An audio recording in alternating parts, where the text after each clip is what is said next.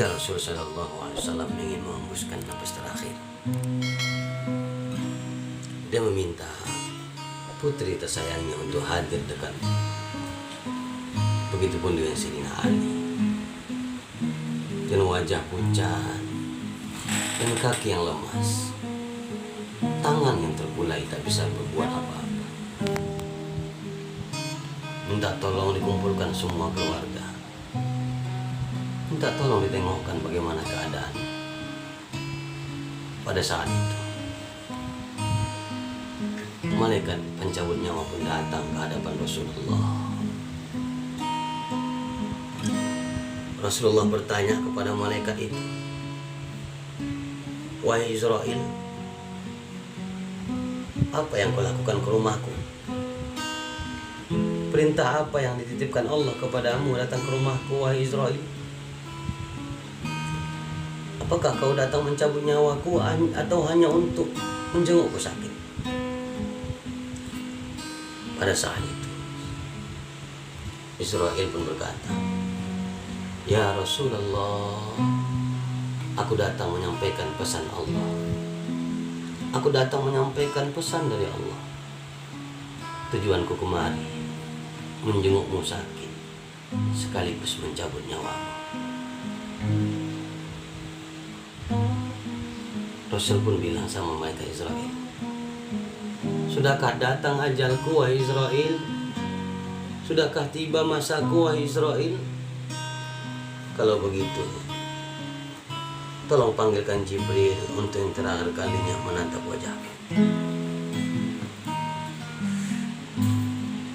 Jibril pun datang, sudah siap sedia menjumpai Rasulullah, berada tepat di atas kepala Rasulullah.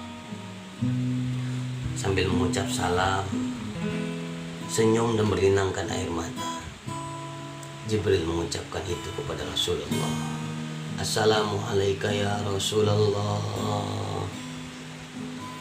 Dengan suara lirih Rasulullah menjawab, "Waalaikumsalam ya Jibril." "Jibril, aku mau bertanya kepadamu. Israel datang katanya menuruti perintah Allah untuk mencabut nyawaku, untuk mengakhiri hidupku, untuk memutuskan kelezatan dunia padaku, wahai Israel, wahai Jibril. Apakah itu betul, wahai Jibril?"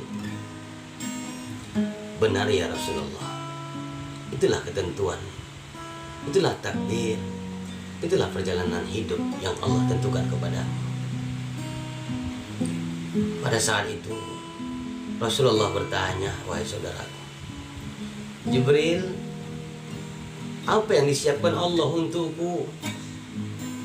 Apa yang diberikan Allah kepada aku ketika aku menghembuskan nafas terakhir, Jibril? Bagaimana ya Jibril?" Jibril berkata, "Ya Rasulullah, pintu langit sudah terbuka lebar. Bidadari-bidadari cantik sudah menyambutmu. Bahkan mereka berhias secantik-cantiknya, bersemolek-moleknya. Bahkan pintu surga sudah menunggumu ya Rasulullah." Lantas ucapan itu dijawab oleh Rasulullah dengan nada yang sedikit kesal. "Bukan itu yang kuharapkan, Jibril. Bukan itu yang kuminta, Jibril. Tolong kau tanyakan Allah, tolong kau sampaikan sama Allah. Yang kupikirkan hari ini bukan diriku, Jibril. Kalau diriku aku tak ada masalah. Kalau diriku aku tak ada masalah. Yang kupikirkan hari ini bagaimana nasib umatku ketika aku sudah meninggal dunia." Ketika itu Jibril pun mengatakan pada Rasulullah, "Ya Rasulullah, Allah Subhanahu wa ta'ala berfirman kepadaku, Allah akan haramkan seluruh manusia masuk ke dalam surga sebelum umatmu masuk terlebih dahulu ya Rasulullah." Wajah yang kesal, wajah yang murung, wajah yang penuh dengan kekhawatiran tiba-tiba berubah dengan kebahagiaan dan senyum yang begitu indah di bibir Rasul yang mulia. Ketika itu Rasul mengatakan pada Israel, "Ya Israel, jalankan tugasmu, cabutlah nyawaku, aku ikhlas." Ketika Israel melaksanakan tugasnya, Perlahan nyawa Rasul ditarik. Dari ubun-ubun kepala Rasulullah nyawa ditarik. Mulai kaki yang awalnya bisa bergerak sedikit, tiba-tiba tak ada tenaga. Mulai wajah Rasul pucat pulas, bibir sudah memutih, sudah membiru. Gemetar tubuh Rasul menahankan sakitnya sakaratul maut. Tangan sudah tak bisa bergerak, mata sudah hampir tak bisa berkaca. Tubuh Rasul gemetar, keringat membasahi badan, air mata sudah bercucuran. Bahkan di sekeliling rumah Rasulullah banjir air mata. Tak pernah terjadi semasa hidup dunia. Air mata membanjiri kota Makkah, air mata membanjiri kota Madinah, air mata membanjiri seluruh dunia, kecuali pada saat Rasulullah ingin mengembuskan napas terakhir.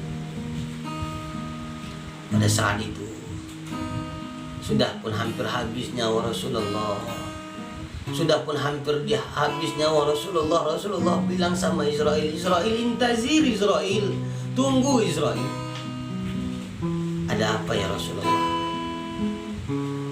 Jibril, beginikah sakitnya sakaratul maut Jibril? Beginikah sakitnya sakaratul maut Israel? Jibril menjawab, ya Rasulullah, bagaimana sakitnya ditusuk pedang beribu-ribu tusukan?